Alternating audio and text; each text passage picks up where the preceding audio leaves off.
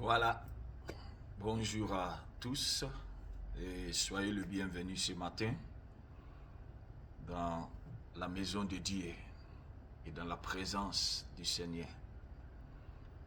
Voilà, donc en tout cas ça fait du bien de savoir que vous êtes là dans la salle. Voilà, comme vous voyez, je suis obligé d'être en ligne parce que on est en déplacement en Côte d'Ivoire, moi et mon épouse. Donc ce qui fait que je projette, n'est-ce pas, cet message à vous. Et j'espère que ça sera une bénédiction pour vous tous au nom de Jésus. Voilà, donc voilà ma surprise. C'est moi qui sera derrière le pupitre, la chair, comme vous voulez. Et comme toujours, je sais que le Seigneur va nous bénir tous avec sa parole. Donc pour réitérer les annonces encore rapidement, mardi, la porte sera ouverte, mes filles seront là, la porte sera ouverte pour ceux qui vont venir. Même heure, 18h à 19h, venez les rejoindre et pour que vous priez ensemble. Voilà, et puis mercredi, malheureusement, puisqu'on n'a pas quelqu'un qui est disponible pour le moment, donc la porte malheureusement sera fermée, mais on sera en ligne, donc à l'heure des études bibliques, je veux que vous regardez en ligne, il y aura quelque chose là-bas qui va vous profiter encore pour 1 heure. Voilà, c'est ainsi que ça va se dérouler jusqu'à notre retour. Voilà, et puis dimanche prochain d'Abidjan, où je suis, je vais vous faire un autre message pour projeter pour dimanche prochain. Voilà, donc venez nombreux seulement, je suis toujours présent, quoi. Je suis toujours présent, peut-être c'est virtuel, mais je suis toujours présent, le Seigneur est toujours présent et je sais que sa parole nous aidera et nous bénit tous au nom de Jésus.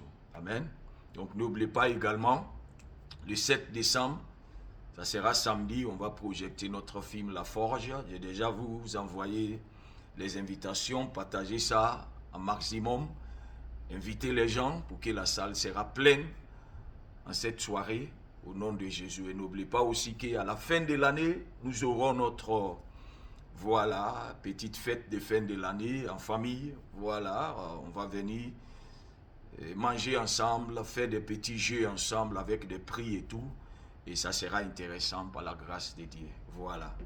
Donc, on va rentrer dans la parole de Dieu ce matin. J'espère que vous êtes tous prêts. On va rentrer dans la parole du Seigneur. Donc, je commence déjà à penser de la naissance de notre Seigneur Jésus-Christ. Parce que aujourd'hui est déjà le 23, comme vous savez. C'est dimanche et le 24, pardon. Donc ça veut dire même que je pense que c'est notre dernier dimanche. Oui, c'est notre dernier dimanche dans le mois de novembre. Voilà, parce que l'autre dimanche sera le 1er décembre. Donc je commence à me projeter déjà, n'est-ce pas, dans cette saison. Parce que s'il y a l'une des commémorations dans la vie de notre Seigneur Jésus-Christ que j'aime beaucoup, c'est sa naissance. La naissance du Christ, c'est ça qui a commencé tout. Vous voyez, c'est ça qui a commencé tout, pardon. Donc, s'il n'y avait pas cette étape dans sa vie, on ne peut pas parler de Jésus, on ne peut pas lui célébrer, n'est-ce pas, dans le mois qu'on va rentrer, on ne peut pas célébrer, sa naissance. Donc, comme vous savez tous et tout autour du mot Noël, que vous connaissez déjà, voilà. Mais nous, étant des chrétiens évangéliques Pentecôte, on ne se focalise pas trop sur toutes les fêtes qui entourent cette période de Noël, mais on se focalise plutôt de ce que Jésus, n'est-ce pas, est venu faire pour nous pendant ces périodes. Parce que c'est une commémoration. On utilise cette date pour commémorer la naissance de notre Seigneur Jésus-Christ. Mais aujourd'hui, c'est comme cette période est en otage. Parce qu'ils ont vu que, n'est-ce pas, c'est comme, n'est-ce pas, les païens ou les incroyants ont déjà pris cette période en otage. Ça veut dire que ça tombe à la fin de l'année. Donc ça vient avec des festivités et tout. Donc on voit que souvent même, Jésus même qui doit être projeté pendant ces périodes, c'est comme il passe inaperçu. C'est juste, n'est-ce pas, toutes les fêtes, les rencontres familiales et tout, préparer, manger. Il y en a même qui saoulent, il y en a même qui... Vous voyez? Donc, ça veut dire que l'importance de ce moment, la plupart du temps, c'est comme c'est négligé en quelque sorte. Et je vais vous dire, malheureusement, même nous, étant des chrétiens, souvent, on est pris par toutes les festivités, par toutes, n'est-ce pas, ce qu'on peut faire, n'est-ce pas, comme plaisir pour nous-mêmes, et on oublie même l'essence de cette période. Et ce matin, je vais juste vous donner un avant-goût. Parce que dès qu'on va rentrer dans le mois de décembre, je vais m'engager aussi pour commencer de parler de sa naissance, étape par étape. Mais je vais vous donner un avant-goût, afin que vous commenciez de préparer vous-même pour cette période que nous allons entrer, qui est une période vraiment très très importante dans le calendrier chrétien, parce que ça nous rappelle de la naissance de notre Seigneur et de notre Sauveur. Alléluia. Donc, on va lire seulement une seule lecture ce matin. Une seule lecture juste pour vous encourager. On va tourner notre Bible dans le livre de Philippiens, chapitre 2, versets 5 à 7. Bon, Déborah va projeter cela pour vous. Voilà, donc je vais prendre le temps pour lire cela. Et vous aussi, vous allez voir cela dans l'écran. Et suivez-moi pour qu'on lise cela ensemble. Je ne le fais pas exprès parce que le Nouveau Testament, c'est là-bas qu'on a parlé beaucoup de Jésus. Ça veut dire que Jésus qui était là parmi nous, qui a vécu parmi nous avant de partir. Ça veut dire qu'il y avait sa naissance, ses vécus, et il a accompli sa mission, et puis il est parti. Et puis ceux qui étaient avec lui, et aussi, ils ont prêché ce message. Et il y a des personnes qui ont été touchées par ce message. Et c'est tout cela qui fait la beauté, n'est-ce pas, de la Nouvelle Testament. Et pardon, le Nouveau, c'est ça qui fait la beauté, n'est-ce pas, du Nouveau Testament et la Nouvelle Alliance. Et donc, c'est très important pour qu'on se focalise sur cela. Et c'est pour cela que ma lecture vient du Nouveau Testament où il y a la Nouvelle Alliance. Voilà. Donc, on va lire Philippiens chapitre 2, versets 5 à 7.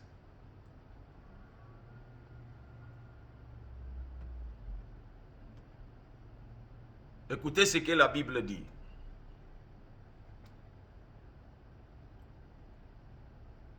Il arrive.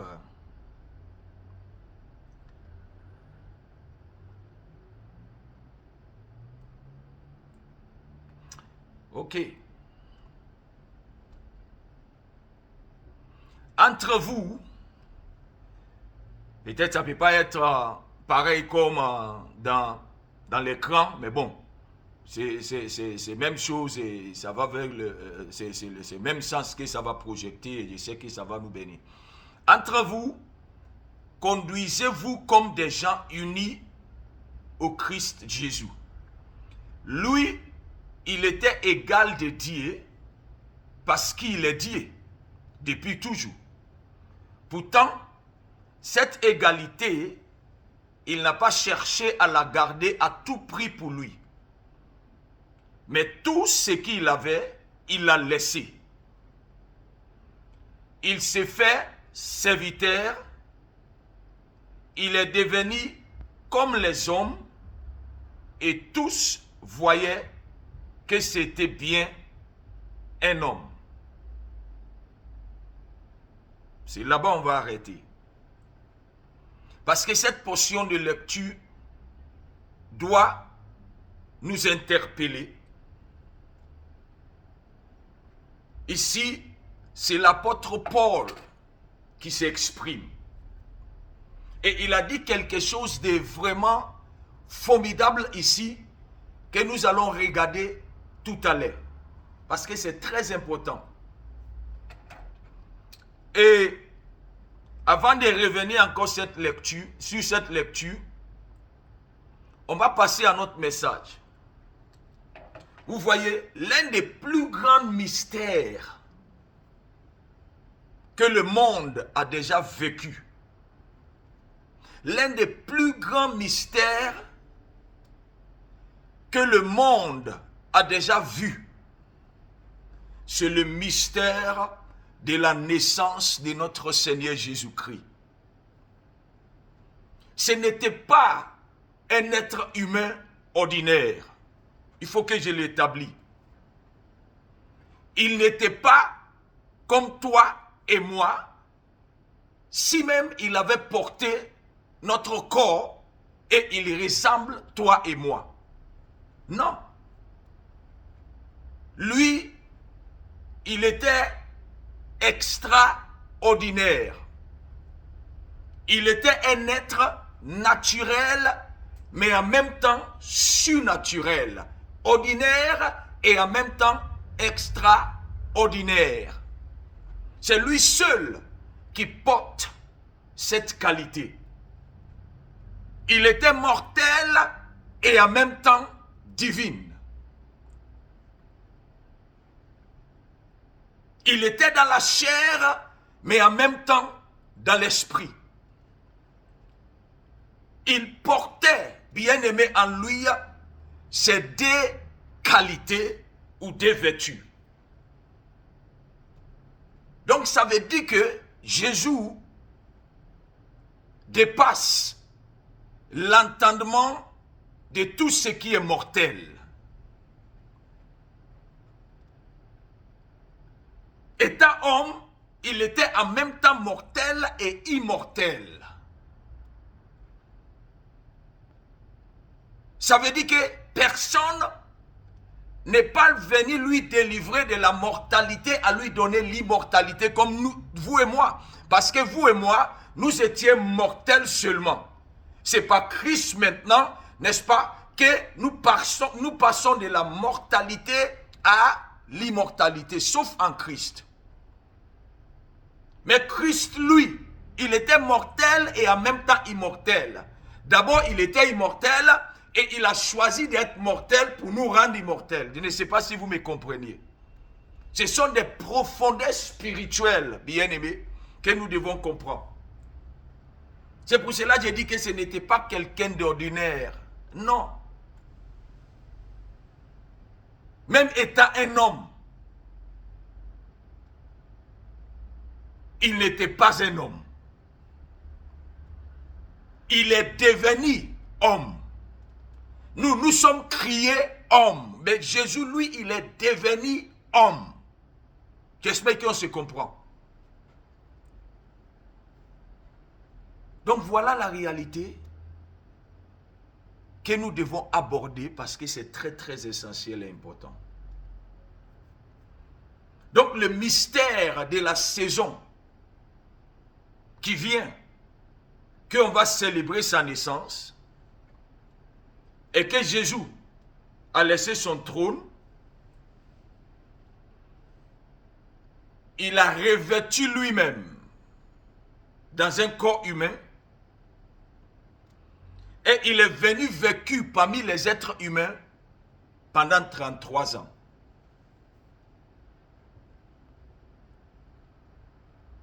Et j'aime beaucoup l'époque qu'il s'est manifesté.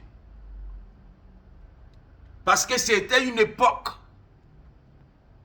qui n'a pas corrompu ou pollué comme nos époques aujourd'hui. C'était une époque manuelle, de l'authenticité. Une époque que la virtuelle n'existait pas.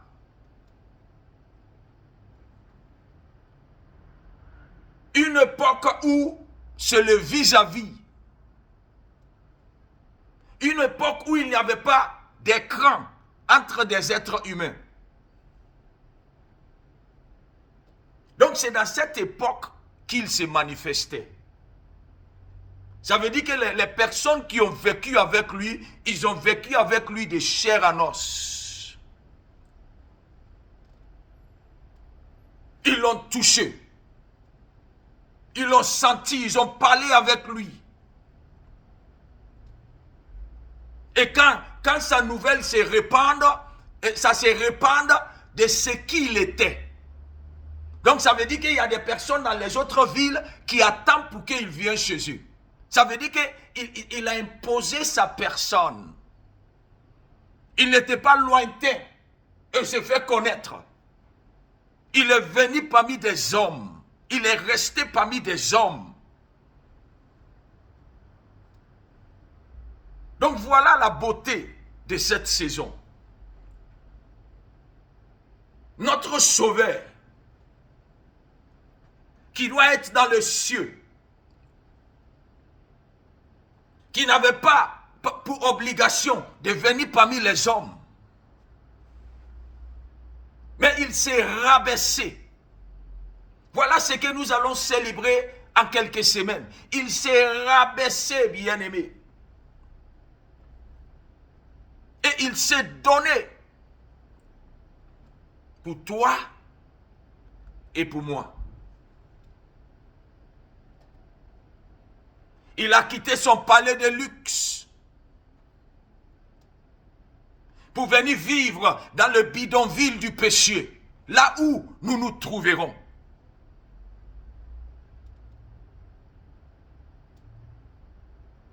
Il a quitté son palais,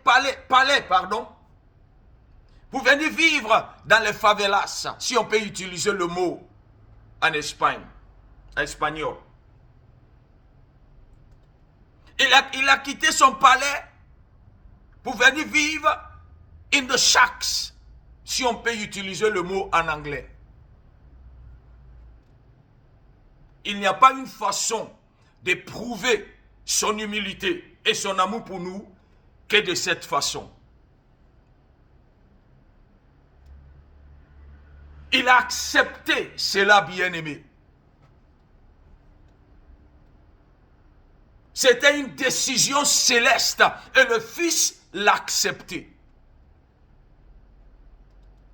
Pour venir nous sauver de la mortalité et pour nous donner l'immortalité, bien-aimé. Voilà ce que Jésus est venu faire pour toi et pour moi. C'est pour cela la période de célébration qui vient, il ne faut pas se laisser distraire. Dès maintenant, bien-aimé, ça reste seulement 6 jours, n'est-ce pas? 7 jours pour qu'on va rentrer en décembre. Dès maintenant, ce n'est pas le moment de commencer de penser que qu'est-ce qu'on va manger, qu'est-ce que je vais porter. Non, non, non, non, non. C'est le moment maintenant de tout simplement commencer à méditer de ce que cette période ou cette saison signifie pour nous étant des chrétiens. Il suffit de la naissance de Jésus. Il suffit Il suffit pour qu'on comprenne que c'est la naissance de Jésus-Christ que nous allons célébrer. Son anniversaire en quelque sorte. Parce que s'il n'était pas né, nous ne serons pas des nés de nouveau. Oh non. Si Jésus n'était pas venu dans ce monde, On sera tous des hommes et des femmes qui vont périr pour toute éternité. On sera dans les abîmes de la mort. On sera des condamnés à mort. Mais sa naissance nous a renaître. C'est pour cela aujourd'hui, on peut se vanter dans le Seigneur en disant que oui, je suis sauvé par la grâce de Dieu. Je suis sauvé par le sacrifice du Christ. Je suis sauvé parce qu'un sauveur a été né. Son nom, tu le connais déjà, bien-aimé. Voilà la raison pour laquelle je dis que je vais préparer vos esprits pour le moment qui vient. Il ne faut pas se laisser entangler, n'est-ce pas, dans tout ce qui est fête de fin de l'année et tout ça. Je n'ai pas dit que ce n'est pas important. Mais ne fais pas de ça la priorité au-dessus du Christ, qui est en réalité la raison pour la saison qu'on va rentrer. C'est lui. Ne perdez pas focus de lui. C'est lui la raison de la saison. C'est pour lui qu'on va faire tout ce qu'on a fait à la fin de cette année. Donc c'est lui qui doit être glorifié. C'est lui qui doit être célébré pour tout ce qu'il a fait pour nous. C'est la seule personne que quand on pense de son anniversaire, on pense de ce qu'il a fait pour nous.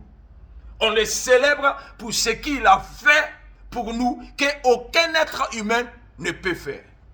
Notre mère, notre père, nos frères, nos sœurs, nos cousins, cousines, tantes ou oncles, bien-aimés, des amis, personne ne peut faire ce que Jésus a fait pour toi et pour moi.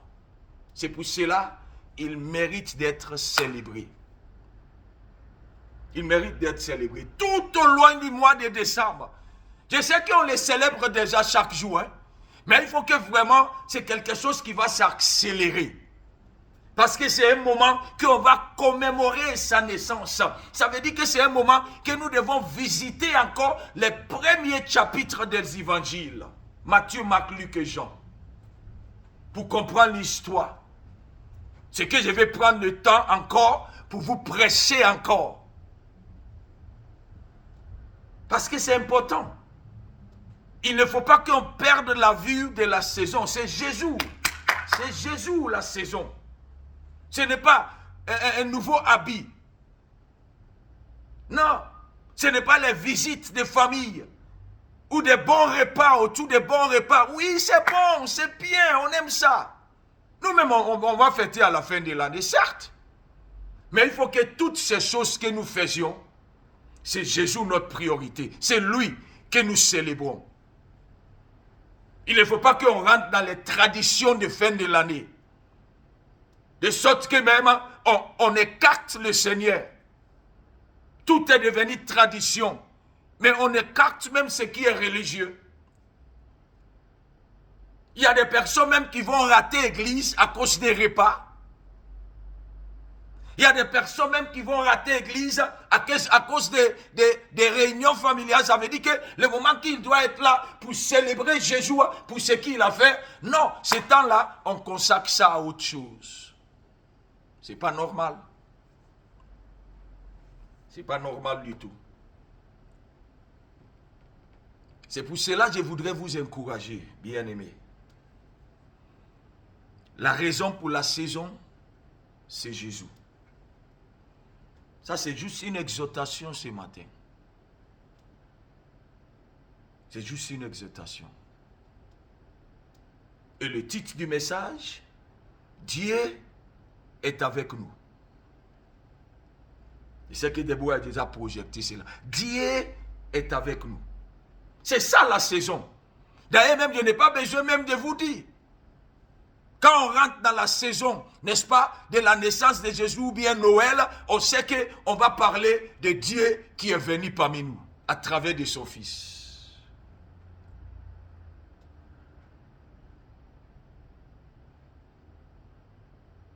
Le Seigneur a laissé son zone de confort. Parce que tout ce qui est céleste est différent de ce qui est terrestre. Tout. Et c'est plus confortable là-bas, je vais vous garantir, qu'ici. Parce que c'est ici qu'il y a douleur, c'est ici qu'il y a souffrance, c'est ici qu'il y a galère, c'est ici qu'il y a maladie. Mais au ciel, toutes ces terminologies n'existent pas dans les dictionnaires. Là-bas, c'est beauté, c'est élégance, c'est luxe, c'est bonheur, c'est paix. Mais Jésus a décidé d'abandonner tout ça pour venir mélanger parmi nous et vécu avec nous. Regardez même sa naissance, bien-aimé. Regardez même sa naissance. Regardez même sa naissance. Vous allez comprendre ce que cela signifie.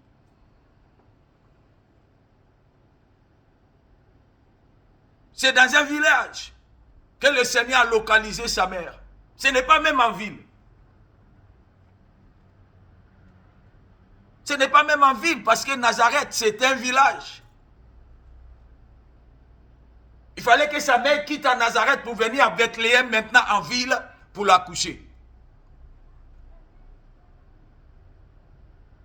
Vous voyez? Voilà l'humilité de sa naissance.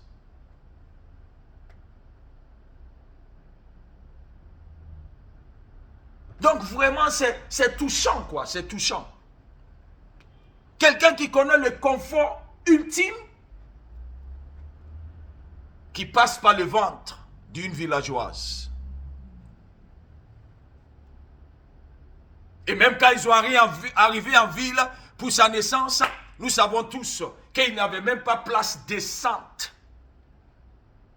Il n'avait même pas même, n'est-ce pas, une chambre décente où il va accoucher. À plus forte raison, hôpital.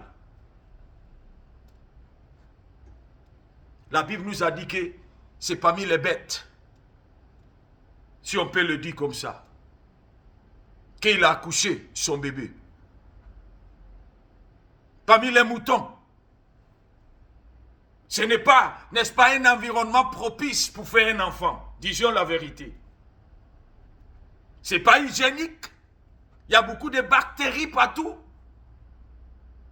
Parce que, excusez-moi le terme, il y a les caca partout.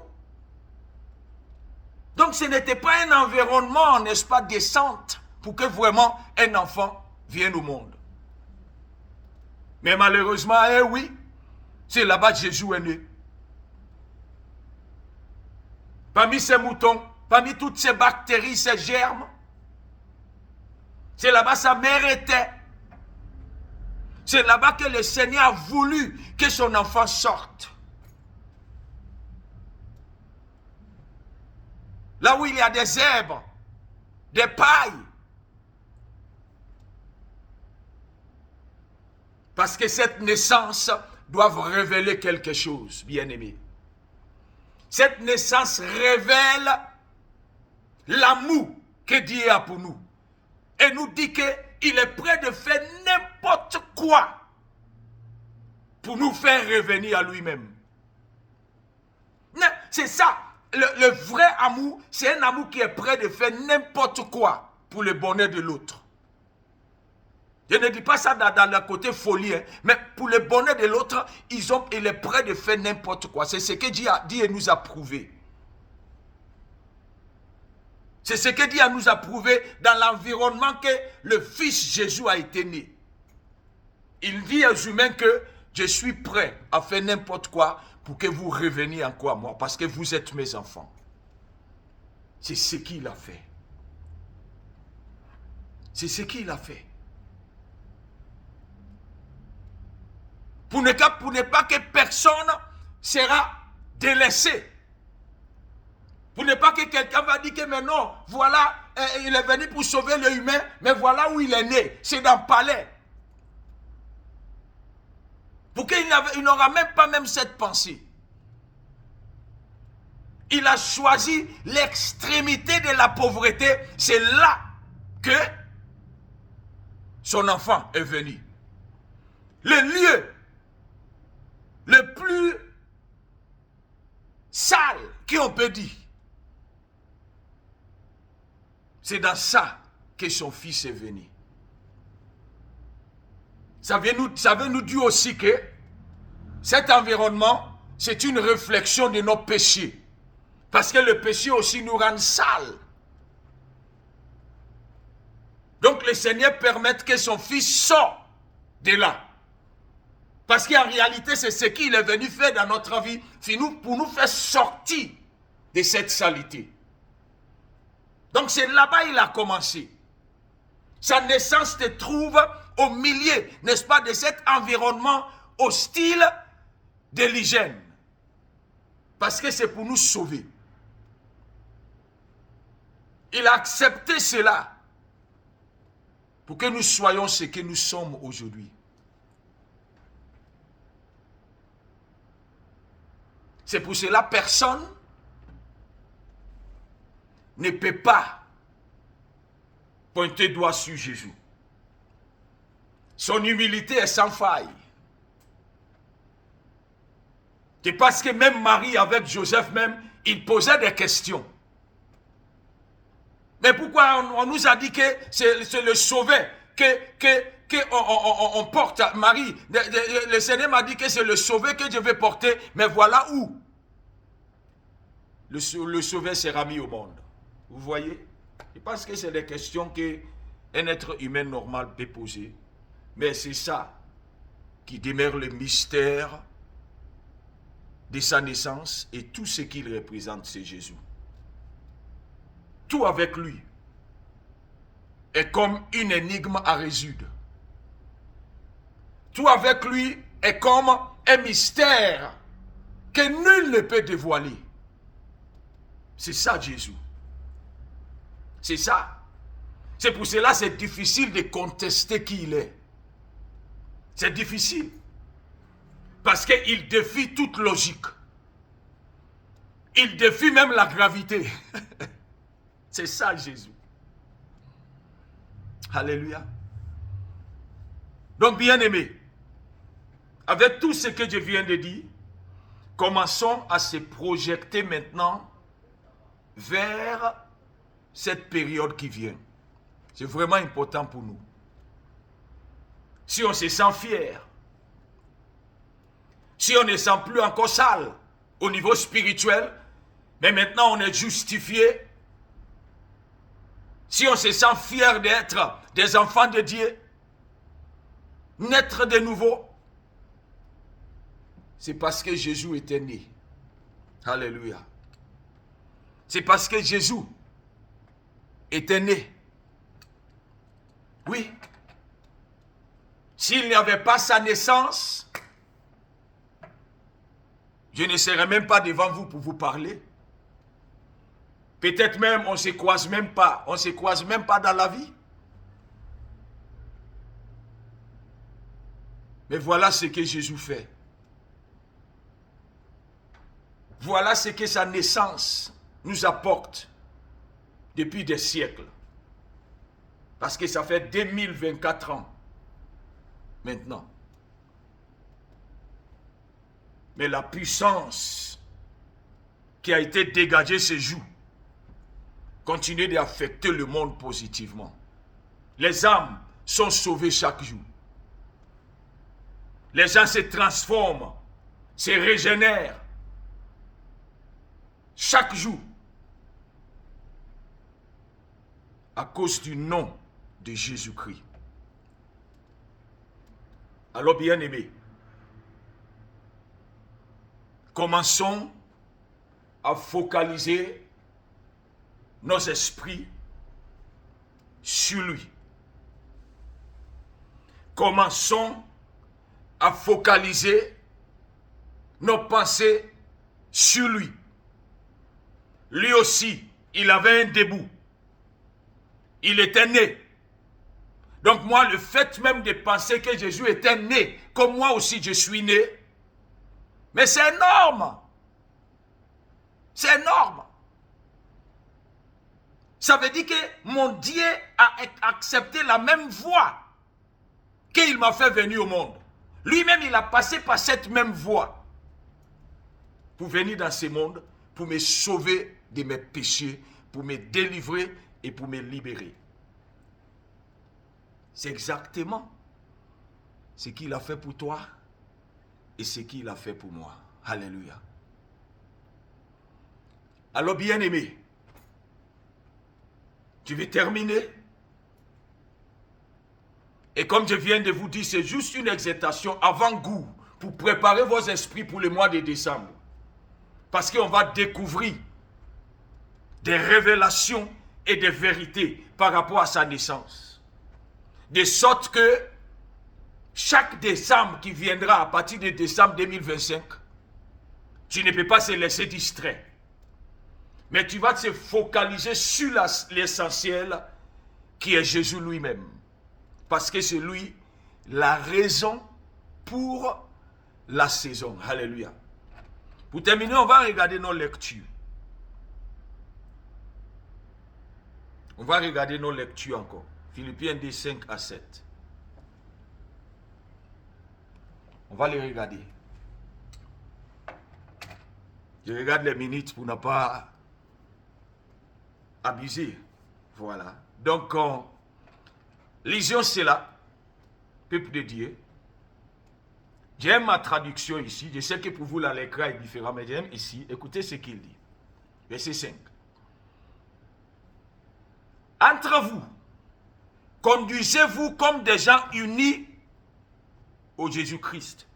Voilà le premier conseil d'abord que je vais vous donner. On rentre dans la saison, soyons unis. Soyons unis. Soyons ensemble. Nous sommes une famille. C'est ça, être unis en Christ. C'est de se sentir comme une famille quand on est ensemble. Parce que personne n'est différent que l'autre. Personne n'est mieux que l'autre et l'autre n'est mieux que personne. On est ensemble. Sous la même bannière. Sous la même onction. Sous le même sang. Sur le même nom, qui est le nom de Jésus. Alors soyons unis. Soyons ensemble, bien-aimés, parce que c'est très important en ces périodes qui viennent. Fais effort d'être là dans la maison de Dieu pour que nous soyons ensemble. C'est le dernier mois de l'année. Fais effort pour que nous soyons là, unis, solidaires, pour célébrer la naissance de notre Seigneur Jésus-Christ. C'est ce qu'il dit ici.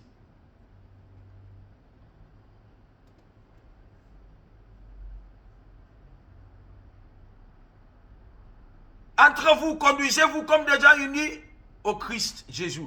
Lui, il est l'égal de Dieu. Ça veut dire qu'il est l'égal de Dieu le Père. Parce que n'oublie pas qu'on parle de la Trinité ici, le Père, le Fils et le Saint-Esprit. Et il est l'égal de Dieu. Ça veut dire qu'il était déjà Dieu. Et il est Dieu. Parce qu'il est Dieu.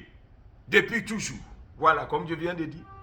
Lui, il est l'égal de Dieu parce qu'il est Dieu depuis toujours. Pourtant, cette égalité, il n'a pas cherché à la garder à tout prix pour lui. Il n'a pas cherché à la garder à tout prix pour lui. Pour dire que, ok, moi je suis le fils de mon père, donc là où mon père est, c'est là-bas que je reste. Je ne peux pas me diminuer, je ne peux pas aller, n'est-ce pas, moi je vis dans ces quartiers chics, je ne peux pas aller dans les bidonvilles et vivre, non, moi je vais rester. Mais la Bible nous a dit qu'il n'a pas même focalisé lui-même sur cela, non. Il n'a pas cherché même à la garder à tout prix pour lui, mais tout ce qu'il avait, il a laissé. tout ce qu'il avait, il a laissé. Voilà la leçon que nous devons apprendre en cette période qu'on va rentrer, la saison de la naissance de Jésus. Humilité. Humilité. Parfois, il y a des choses qu'on doit laisser pour le bénéfice de l'œuvre de Dieu. Parfois, il y a des choses qu'on doit laisser pour le bénéfice de l'œuvre de Dieu. Parfois, il y a des choses que nous devons abandonner afin que, n'est-ce pas, l'œuvre de Dieu progresse et l'œuvre de Dieu avance. Ça veut dire que Jésus a fait de nous sa priorité. Il a fait du salut des êtres humains sa priorité au point où il a laissé son confort et s'est mis dans l'inconvénient. S'est mis dans la peine et dans la douleur jusqu'au point même de la mort. Parce qu'il nous aime. Est-ce que c'est un sacrifice qu'on fait pour les autres? Jésus n'était pas égoïste, non? Oh, souvent, nous, c'est notre cas. On est égoïste souvent. Mais dans cette période, il faut que cette période nous apprenne que certes, souvent, ce n'est pas seulement de penser seulement de moi-même. Il faut que je pense aussi aux autres. C'est important. Il faut que je cherche à faire du bonheur aux autres. C'est ça, cette période nous enseigne aussi l'humilité, mais aussi la générosité. La générosité. En cette fin d'année, qu'est-ce que tu vas faire qui est généreux vers l'autre? Sans que même personne te demande. Mais tu penses seulement que voilà ce que Jésus a fait pour nous. Délaisser tout. Et pour venir à mon niveau, quelle générosité. Est-ce que moi aussi je suis capable de faire cela pour les autres? Voilà toutes les interrogations que nous devons avoir à cette période. C'est très important. Pour terminer. Mais tout ce qu'il avait, il l'a laissé. Il s'est fait serviteur. Il est devenu comme les hommes. Et tous voyaient que c'était bien un homme. Ouh! Le maître est devenu serviteur.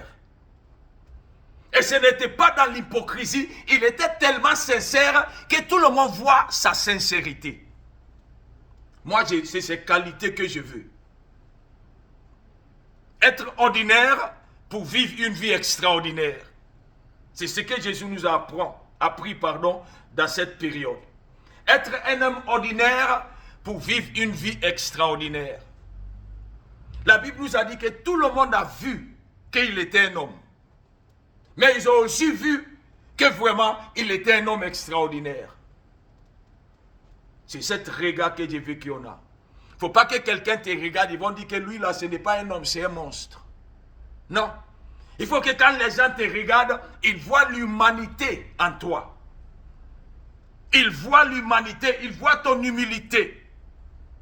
Ils voient ta générosité. C'est ça qui nous fait un homme bien-aimé. Parce que c'est ce que Jésus représente en cette saison qu'on va rentrer pour célébrer. Humble. Abandonnez tout. Et fait preuve de sa générosité envers nous. Et il est venu nous unir avec le ciel encore. Nous que le diable avait arraché entre les mains de son Père, il est venu pour nous réconcilier encore, n'est-ce pas, avec son Père. C'est ce qu'il est venu faire.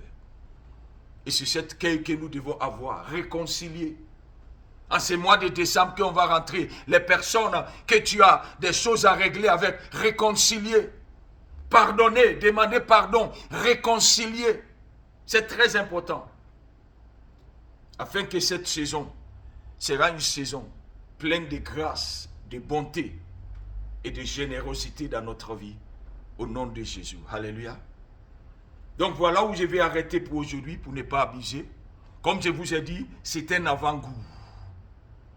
À mon retour, préparez-vous parce qu'on va faire un tour biblique par rapport à la naissance du Christ.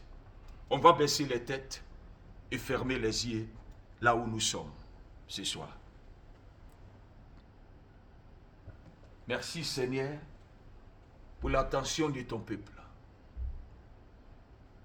D'abord, je vais faire cet appel. Peut-être tu es dans la salle, tu n'es pas encore chrétien. Tu n'as pas encore accepté Jésus comme ton Seigneur et ton Sauveur. Et tu m'as bien entendu ce matin ce que j'ai parlé de Christ. Personne ne peut l'échapper. C'est par lui que toute chose passe ce matin. Tu dis, pasteur, je veux que tu pries pour moi. Je dois donner ma vie à Jésus. Je dois l'accepter comme mon Seigneur et mon Sauveur. Là où tu es assis, lève ta main droite tout simplement. Et là où je suis, je vais prier pour toi. Lève ta main droite. N'aie pas honte. Parce que Dieu voit ton cœur. Si tu acceptes Christ, ça sera aussi le premier jour de ta nouvelle naissance. Et croyez-moi, ça sera extraordinaire. Parce que tu rentres déjà dans une aventure glorieuse avec le Seigneur. Comme j'avais fait cette décision 35 ans passés. Si tu veux cette prière, lève ta main, je vais prier pour toi. Si peut-être quelqu'un a élevé sa main, je vais juste prier. Vous les chrétiens, baissez seulement la tête, préparez-vous pour parler avec votre Dieu. Dis Seigneur Jésus, je te remercie de m'avoir encouragé ce soir, ce matin, à travers de ta parole. Je viens de voir l'importance de Jésus. Et combien de fois j'ai besoin de lui dans ma vie. Alors Seigneur, je confesse mes péchés. Et pardonne-moi de tous mes péchés. Au nom de Jésus. Seigneur Jésus, je t'accepte comme mon Seigneur et Sauveur. Viens prendre contrôle de ma vie. À partir d'aujourd'hui, je t'appartiens. Je suis ton fils et je suis à toi. Merci Seigneur pour cette nouvelle naissance et cette nouvelle vie qui commence. Au nom de Jésus. Amen. Alléluia. Voilà. Donc, toi qui as fait cette prière, si c'est le cas dans la salle, bienvenue dans la maison de Dieu. Bienvenue à l'église Le Phare. Les annonces, voilà, sont là. Viens participer et tu verras la gloire de Dieu se révèle dans ta vie. Je vais parler aux chrétiens maintenant dans la salle. Dieu est parmi nous. Dieu est avec nous. On rentre dans la saison de la naissance de Jésus. Qu'est-ce qui te préoccupe à cet instant? Je veux que tu pries ce soir. Dis Seigneur, dans cette fin de l'année, tu seras ma priorité. Et tout ce que tu représentes, c'est ce que je vais représenter cette fin d'année. Humilité, unité et générosité. Je veux que ma vie parle comme toi, ta vie avait parlé à cette période, Seigneur. En cet décembre qui vient, Seigneur, je vais chercher à être uni avec le peuple de Dieu. Dans cette saison, Seigneur, qu'on va rentrer unis avec ma famille. Il y en a peut-être, il y en a que tu as des problèmes avec eux. Ça fait longtemps que vous ne parlez pas. Il y a toutes ces hostilités et ces belligérants. Si je dis Seigneur, immédiatement qu'on rentre dans cette mois, je vais chercher à être unis, à être en paix avec tout le monde. C'est ce que je vais chercher, Seigneur. Je veux que tu m'aides aussi d'être humble. Je veux être humble, Seigneur, pour que je marche dans l'humilité, pour que je ne pense pas que je suis mieux que les autres, pour que je vais sortir de toutes ces pensées de statut et commence à me voir comme un être humain en face des autres. Et aide-moi aussi d'être généreux, pour que dans ces périodes de décembre, je puisse apporter quelque chose dans la vie de quelqu'un également. Voilà les qualités dont on a besoin. Alors là où vous êtes, veuillez vous lever et commence à prier là où vous êtes. Pour ces trois choses. Aide-moi, Seigneur, d'être uni avec toi, avec ma famille, avec l'Église. Aide-moi aussi d'être humble en face des autres et reste un homme, un être humain. Mais aussi aide-moi d'être généreux. Pour qu'en cette période, je puisse apporter dans la vie des autres au nom de Jésus-Christ de Nazareth. Parce que c'est ce que Jésus représente. Parce que souvent, à la fin de l'année, on veut prendre. Mais pense aussi d'être généreux et donner aux autres. C'est très important. Prions. Prions. Dis Seigneur, aide-moi aussi de toujours faire de toi ma priorité et numéro 1 dans ma vie. Prions. Père, au nom de Jésus, merci pour ces moments. À toi la gloire, le louange et l'adoration. Que ton nom soit élevé, soit glorifié. Merci pour tous ces encouragements et nous préparons nous-mêmes parce que nous savons que tu feras quelque chose d'extraordinaire dans notre vie. Nous rentrons dans cette nouvelle mois dans 6 jours, Seigneur. Je sais que tu vas nous conduire en ces derniers mois, Seigneur. Tu seras avec nous. Rien ne peut nous arriver et nous allons célébrer cette mois tel que ça doit être célébré au nom de Jésus. Nous allons être unis avec toi, ton peuple et la famille, Seigneur. Nous allons pardonner et nous allons, Seigneur, tout simplement être généreux et rester humble envers les autres. Seigneur, que les leçons que tu nous as apprises pendant ces périodes sera ma portion au nom de Jésus. Pour que je sois un homme simple, mais pas simple. Un homme ordinaire, mais extraordinaire. Au nom de Jésus, aide-moi d'être humble, de regarder celui ou celle en face de moi, pas comme je suis mieux que Seigneur, mais papa, je vais les regarder comme mes égales dans le nom de Jésus. Aide-moi aussi d'être généreux, que dans ces mois, Seigneur, mes bien-aimés, ceux qui sont autour de moi, j'apporte quelque chose dans leur vie également au nom de Jésus. Prépare-moi, Seigneur, pour que je vais terminer cette année en fanfare avec toi. Et on va te célébrer. Et ton nom sera glorifié, papa. Merci pour tout, Seigneur. Au nom de Jésus, nous avons prié. Amen. Alléluia. Voilà, donc prenez votre place. Le chef va venir pour que vous donniez vos offrandes. Et puis voilà, après cela, Lakisha va prier pour que vous partez. Au nom de Jésus. Amen. Voilà, donc que le Seigneur vous bénisse tous et je vous souhaite une excellente semaine. N'oubliez pas les programmes de la semaine. Que Dieu vous bénisse.